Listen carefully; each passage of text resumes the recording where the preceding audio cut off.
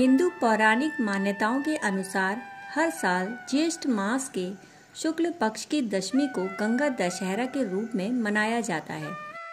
माना जाता है कि इसी दिन माँ गंगा यानी गंगा नदी का धरती पर अवतरण हुआ था, यानी कि गंगा की पहली धारा इसी दिन धरती पर पड़ी थी। गंगा नदी को धरती पर लाने का श्रेय अयोध्या के इक्ष्वाकु वंश के राजा भागीरथ को जाता है, इसीलिए गंगा को भागीरथी भी कहते हैं। क्या आपको पता है कि ऐसी क्या वजह थी जिसके कारण भागीरथ ने गंगा को धरती पर लाने की ठानी थी? आइए जानते हैं इस कहानी में।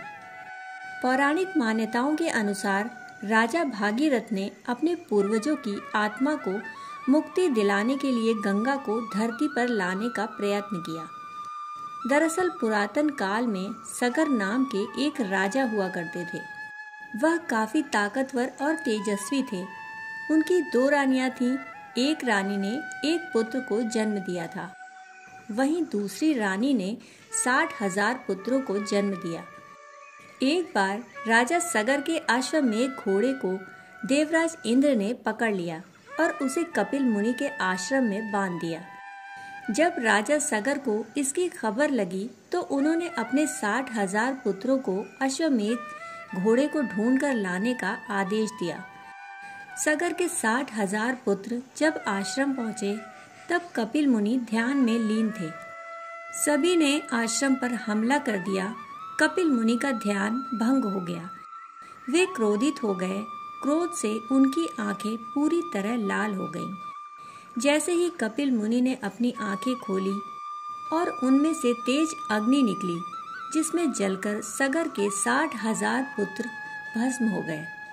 राजा सगर को बहुत समय तक अपने पुत्रों की कोई खोज खबर नहीं मिली, तो राजा ने अपने पौत्र अंशुमान को उन्हें ढूंढने के लिए भेजा।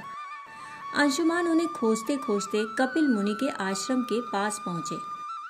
वहां जो मंजर था उसे देखकर अंशुमान दंग रह गए। उनके सभी पुत्र राख में तब्दील हो चुके थे। तभी वहां से पक्षीराज गरुड़ उड़ते हुए आए और अंशुमान को बताया कि यह सब कपिल मुनि के कोप से हुआ है। सगर के 60,000 पुत्रों की आत्मा को तभी मुक्ति मिलेगी जब उनका गंगा के पानी से तर्पण होगा। इसके बाद अंशुमान ने राजा सगर के सभी 60,000 पुत्रों के तर्पण के लिए गंगा को धरती पर लाने की ठानी। वह हिमालय की ओर चल दिए और तप में लीन हो गए। राजा सगर के जाने के बाद अंशुमान के पुत्र दिलीप ने अपने वंश को आगे बढ़ाया और राजपाट संभाला। दिलीप ने एक पुत्र को जन्म दिया जिसका नाम भागीरथ रखा गया। हालांकि अंशुमान सगर के 60,000 पुत्रों की आत्मा को मुक्ति नहीं दिला सके। भागीरथ के बड़े होने पर राजा दिलीप भी राजपाट छोड़कर गंगा को धरती पर लाने के लिए तपस्या करने हिमालय की ओर चल पड़े। फिर भागीरथ राजकार्य में लग गए। दिलीप की तपस्या कोई काम नहीं आई और वे भी अपने पूर्वजों को मुक्ति नहीं दिला पाए। इसके बाद राजा भागीरथ ने प्रण लिया कि वह गंगा को धरती पर लाकर ही रहेंगे। वे हिमालय पहुंच गए और गंगा को धरती पर लाने के लिए कठोर तपस्या की। उनके तप से गंगा देवी प्रसन्न हो गईं और उन्होंने धरती पर अवतरित होने की हामी भर दी। गंगा एक देव नदी है, यानी ये स्वर्ग से धरती पर आई हैं। हालांकि गंगा का वेग बहुत तेज था। सिर्फ भगवान शिव ही थे जो उन्हें संभाल सकते थे। इसके बाद राजा भागीरथ ने भगवान शिव को प्रसन्न करने के लिए 1 वर्ष तक अंगूठे पर खड़े रहकर तपस्या की। इस दौरान उन्होंने कुछ भी ग्रहण नहीं किया। भगवान शिव भागीरथ की तपस्या से प्रसन्न हुए और गंगा को धरती पर लाने में उनकी मदद करने के लिए राजी हो गए।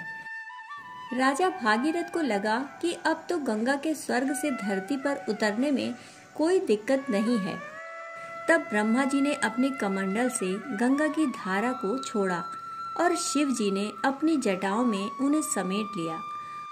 पर उस समय गंगा ने अपनी एक चिंता बताई कि जब शिव जी उन्हें अपनी जटाओं में रोकेंगे तो कहीं वे अपवित्र तो नहीं हो जाएंगी।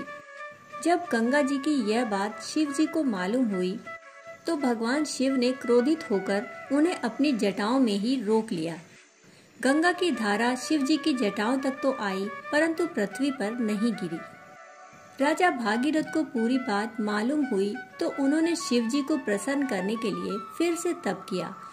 शिव जी प्रसन्न हुए और उन्होंने गंगा को 7 धाराओं में बांट दिया। कुछ दिनों बाद उन्हीं 7 धाराओं में से भगवान शिव ने अपनी एक जटा खोली और फिर गंगा का धरती पर अवतरण हुआ। गंगा को हिमालय से गंगा सागर तक पहुंचाने के मार्ग में बड़ी दिक्कतें आईं, पर भागीरथ ने हार नहीं मानी। वो हर मुश्किल को हल करते हुए आगे बढ़ते रहे। उनकी यह लगन देखकर ही ब्रह्मा जी ने उन्हें वरदान दिया कि धरती पर गंगा का एक नाम भागीरथी भी होगा। गंगा भागीरथ की पुत्री के रूप में भी दुनिया में जानी जाएंगी। भागीरथ की मेहनत से गंगा धरती पर आई और भागीरथ के पूर्वजों का उद्धार हो गया। जिस दिन गंगा की पहली धारा धरती पर आई वह ज्येष्ठ शुक्ल दशमी का दिन था, इसलिए इसे गंगा दशहरा के रूप में मनाया जाता है।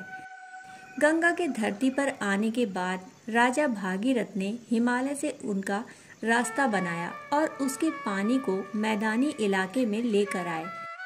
फिर अपने पूर्वजों का गंगा नदी के पवित्र जल से तर्पण किया और उन्हें मुक्ति दिलाई। इस कथा के द्वारा राजा भागीरथ ने यह सीख दी कि जब लक्ष्य बड़ा हो तो कई बाधाएं भी आती हैं, परंतु हमें बाधाओं से डरकर हार नहीं माननी चाहिए।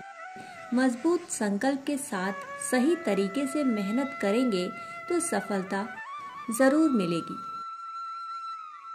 दोस्तों, कहानी सुनने के लिए आपका बहुत बहुत आभार। फिर मिलते हैं ऐसी ही कहानियों के साथ। तब तक के लिए धन्यवाद।